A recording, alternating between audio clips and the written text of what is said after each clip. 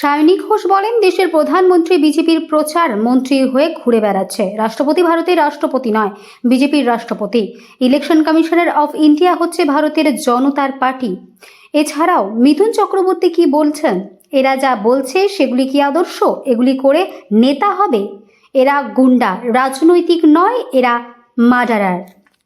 বদল চাই, কিন্তু এবারে সেই স্লোগানই কি থাকবে নাকি স্লোগানের কিছু পরিবর্তন হবে?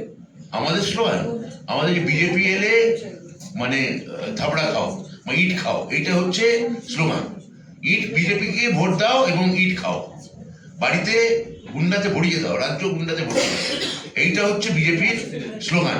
ভাই আপনি বলুন, কি বলবেন বলছিলেন? সেটা হচ্ছে যে আজকে প্রধানমন্ত্রী বলছিলেন যে রাষ্ট্রপতিকে শুধু অপমান শুধু আপনারা করেননি, কারণ আপনারা অহংকারে ডুবে রয়েছেন। এই অপমান করা হয়েছে আসলে আদিবাসী মহিলাদেরকে। এটা তো স্বাগত দিয়েছেন আবার দিন। এর থেকে হাস্যকর এবং হাস্যাস্পদ কথা এটা হতে পারে না। প্রথম কথা তো আমি আবার বলছি, মহামহিম রাষ্ট্রপতি, তাকে সর্বোচ্চ সম্মান জানিয়ে আমি বলতে চাই যে উনি দেশের রাষ্ট্রপতি নন। দেশের ইতিহাসে কোনোদিন কোনো রাষ্ট্রপতির ক্ষেত্রে আমরা যেটা দেখিনি, এইবার আমরা পশ্চিমবঙ্গের মুখে সেটা দেখতে পেয়েছি। That a president of India is coming for a political campaign, এবং উনি পলিটিক্যাল ভাষা বলছেন, উনি পলিটিক্যাল কথা বলছেন। আমি একটা খুব সিম্পল কথা আপনাদের কাছে জানতে চাই। 1.5 বছরের ওপর হয়ে গেছে অপরাজিতা অ্যান্টি রেপ বিল রাষ্ট্রপতির কাছে পড়ে আছে। এটা তৃণমূলের মহিলা কর্মীদের বাঁচানোর জন্য বিল নয়, এটা তৃণমূলের যারা লিডারশিপ আছে তাদের মধ্যে যারা মহিলা আছে, মমতা বন্দ্যোপাধ্যায়, তাদের সুরক্ষার জন্য বিল নয়। এটা পশ্চিমবঙ্গ সহ গোটা দেশের নারী সুরক্ষার জন্য একটা বিল। আর যখন উন্নাওয়ে আদিবাসী মহিলা ধর্ষিত হয়, আদ্রাসে আদিবাসী মহিলা ধর্ষিত হয়, তখন তার মণিপুরে যখন 2জন আদিবাসী মহিলাকে নগ্ন করে হাঁটানো হচ্ছিল, তখন প্রধানমন্ত্রীর মনে পড়েনি যে তিনি একজন আদিবাসী? প্রধানমন্ত্রী না, প্রধানমন্ত্রীর মনে পড়েনি? উনি সেটা আমি বলছি না, আমি বলছি প্রধানমন্ত্রী একটা শব্দ বলেছেন। প্রধানমন্ত্রী একটা শব্দ বলেছেন। রাম মন্দিরের যখন ইনঅগ্রেশন হয়েছে, রাষ্ট্রপতিকে ডেকেছেন? আজকে রাষ্ট্রপতিকে ডেকেছেন যখন নতুন বিল্ডিং পার্লামেন্টের ইনঅগ্রেশন হচ্ছিল, তখন ওনার মনে পড়েনি যে রাষ্ট্রপতিকে সম্মান দিতে। আমাদের পার্টির পক্ষ থেকে অভিষেক বন্দ্যোপাধ্যায় একটা ছবি তুলে পরিষ্কার দেখিয়ে দিয়েছেন যে রাষ্ট্রপতি এসে দাঁড়িয়ে আছেন এবং প্রধানমন্ত্রী বসে আছেন। মানে রাষ্ট্রপতি এসে দাঁড়ালে যে প্রোটোকল, ওনার প্রোটোকলের কথা বলা হচ্ছে, প্রোটোকল মেনটেন হয়নি। রাষ্ট্রপতি এসে দাঁড়ালে যে আমাদের সকলকে উঠে দাঁড়াতে হয়, স্বয়ং দেশের প্রধানমন্ত্রী যেখানে মানেন না, তো সেখানে আর কে মানবে? আজকে প্রধানমন্ত্রী বলছেন বাংলার ছেলেমেয়েরা এখান থেকে ডিগ্রি পাচ্ছে। ঠিক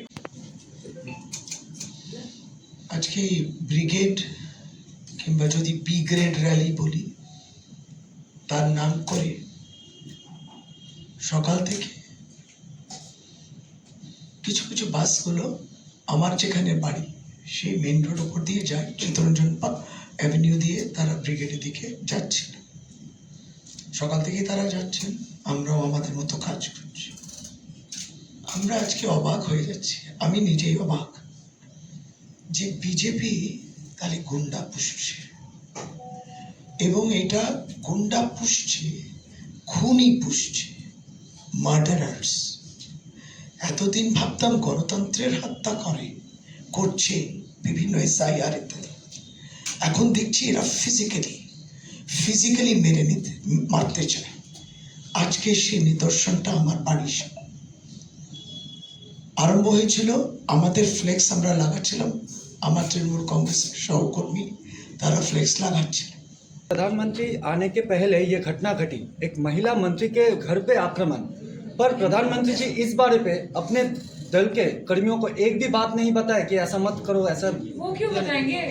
इतना बड़ा एक मंत्री है और महिला मंत्री। अरे सुनिए, उनको बंगाल से कुछ लेना देना नहीं है।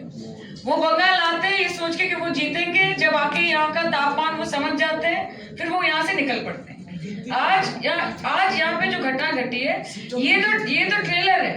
ये सबको, बंगाल के लोगों को ये बता रहा है कि अभी तक भाजपा सरकार में बंगाल में आई भी नहीं है, और एक महिला मंत्री के घर पे इस तरह अटैक हो रहा है। तो आप सोचिए, कल जब भाजपा सरकार में आएगी तो तब हुलिगनिज्म क्या शुरू होगा?